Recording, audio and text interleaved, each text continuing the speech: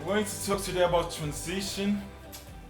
I'm going to talk today about trust and God's faithfulness. And I'll be sitting after that. Transition is hard. Transition is tough. Transition is scary. Transition is hard because one thing about transition is take you for a known place to an unknown place. Transition is scary because we are not comfortable with what we do not know. Transition is frightening because we don't know what is awaiting there for us. But as we look in Joshua 1, verse 1 through 11, we look at the story of transition. Although there is so much in that story, but the main story there about this transition is to reflect the work of God. In this Joshua chapter 1, if we stay in the context, we look at God calling up Joshua. God is calling up Joshua to arise. And it's very important to see how the verse 1 starts. It talks about after the death of Moses, the servant of the Lord.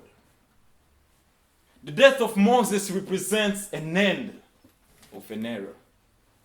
The death of Moses represents an end of a legacy. And the hard thing that I was thinking about as I was reading this chapter is thinking about Joshua. The reason why I thought so much about Joshua, because not only Moses is dead, but also Moses was a great leader. And it's very, very scary to replace a great leader. It's very scary to step up and replace somebody who has achieved a lot. But again, as I think about this chapter, I look at my own life and look at different transitions that have happened in my own life. And when I read the verse 1 that talks about Moses' death, I look at my best friend, Mike. I look at my best friend, Mike, because I lost my best friend, Mike, July 23rd last year. And at this time, God also called me to a transition. But unlike Joshua, who didn't question God, who didn't put God in question when God called him into transition, I questioned God. I questioned him a lot. I was scared. That was the reason. I knew God called me to Los Angeles, but I was scared. I was scared because in my mind, I was like, can I afford it? I was scared because in my mind, I was thinking about all the things that I can do. And so I was so focused on what I cannot do that I was feeding my fear of the transition. I was so focused on what I cannot do that I started making excuses. And you can see me here today and think about you here. But I want to talk to you about the period in between. I want to talk to you about the period of fear that I had before I accepted. So I remember, after I went to Wichita in the summer, Mike is already dead. And I know God is calling me to Los Angeles. But I don't know which school yet I want to go to Los Angeles.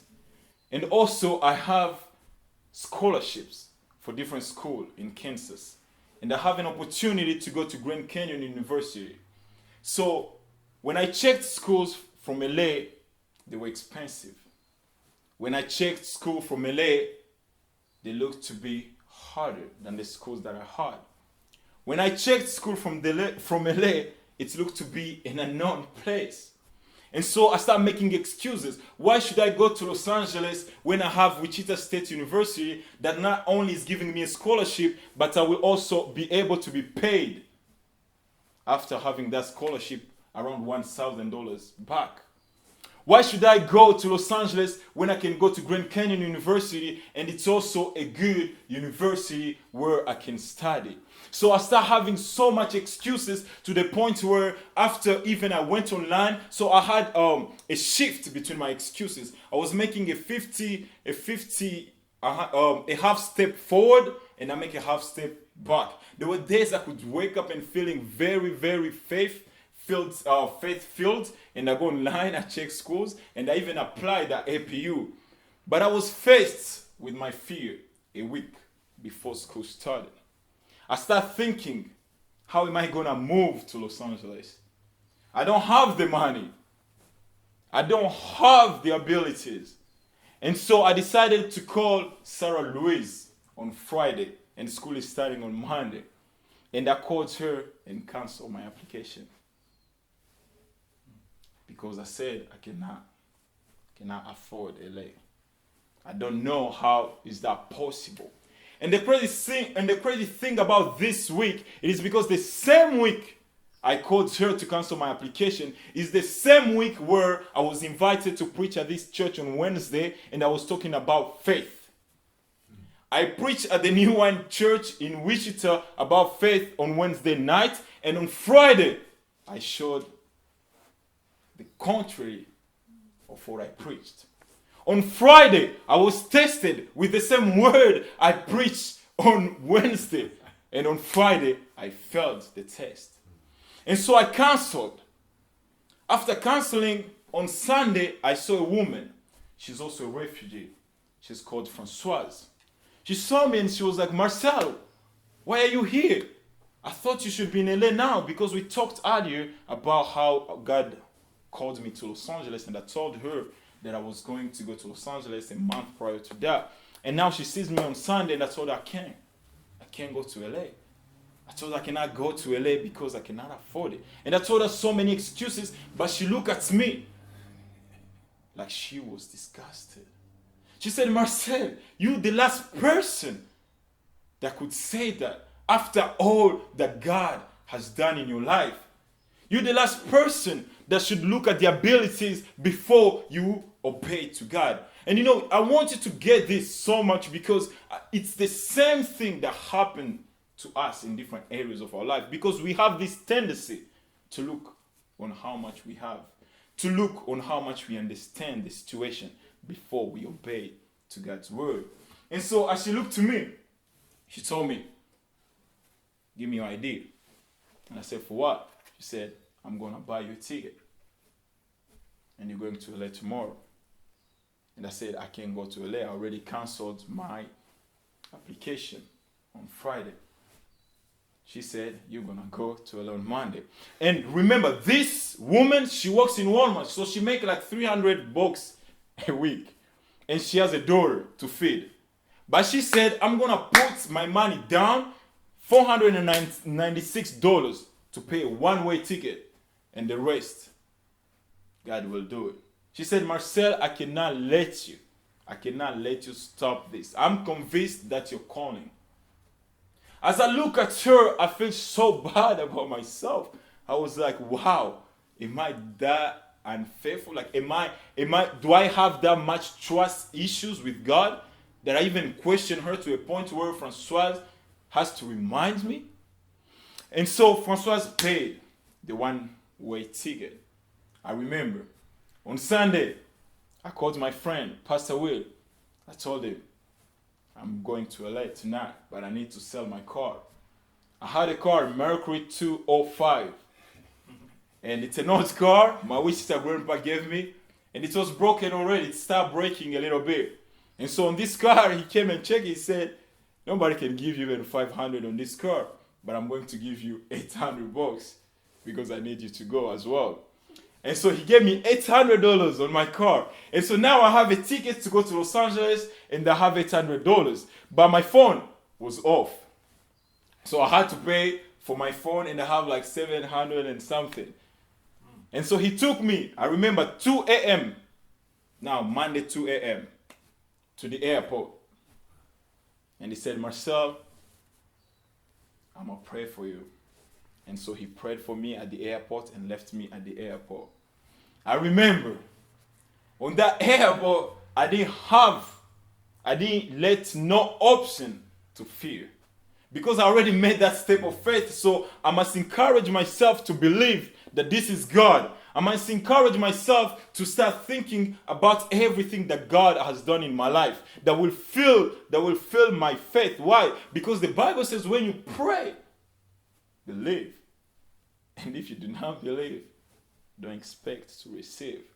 And so I remember I was in that airplane and thinking, I'm going to Los Angeles. I'm coming from Wichita, and God is taking me to this unknown place, and I have to get there, call Azusa Pacific University, have them check my papers again, and have them take those papers back, accept them again, check for a room, and so many things. And so I shut down all those thoughts, and I start thinking.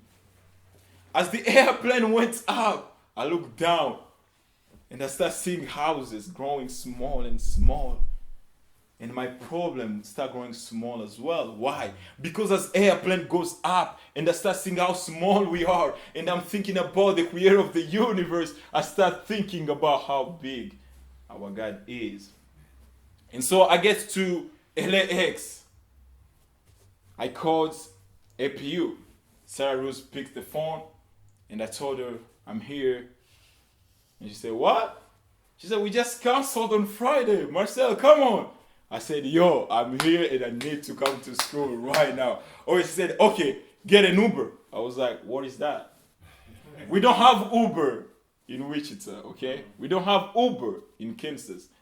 And so I said, okay, I'm going to get it. And the problem is this, I was used to whatever school I go to, they bring somebody to come and pick me because I was going in athletic scholarship, so the coaches take care of it. And now the problem is this. So many times, because we are used on God's working certain ways, when He calls us to arise, we get scared. When He calls us to arise, we shrink back. Why? Because we do not understand. We are used to understanding the way He works. And now God is calling me into certain things. And He's telling me, I'm going to get you there. And they're not going to come pick you. I'm calling you to start stepping up in courage. I'm calling you to start making steps, then see me move. I'm not going to move until you make a step.